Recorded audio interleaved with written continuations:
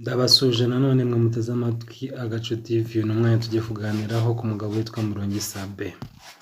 Mulongi Sabin ni umwe mu banyamakuru banditse amateka nk'uko mwagiye mubyumva, yagiye akora ku gihe.com. Yakaba ari inararibonye mu bunyamakuru ko yagiye yandika amateka kenshi cyane. Kuri iyi nshuro si iki twaje kuvugaho, ahubwo tuje kuvuga ku bijyanye n'uko yari amaze igihe atagaragara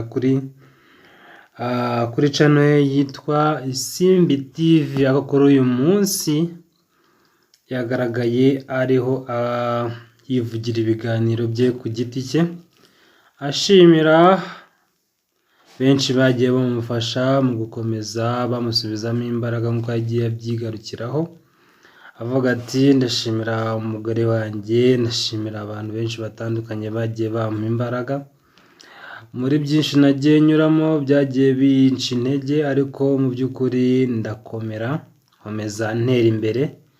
Isezera ry'akazi ku guhembwa umushahara byasunikiye ku bwo ngomba gukora rwiyemezamirimo kugira ngo mbashe gukora ngere ku byo nifuza. Ati nabigezeho nubwo byari bigoye, kandi kuri channel yanjye abantu barenga 1,200,000 ntabwo mwese mushobora kugendera kimwe, kandi koko nibyo koko ntabwo twashobora kugendera kimwe, kuko Sabin mu by'ukuri turamukunda kandi ni umwe mu batanga ibiganiro bituma byubaka abantu, bifasha abantu, byubaka sosiyete nyarwanda, bituma abantu bagira ibitekerezo bakabyigiraho.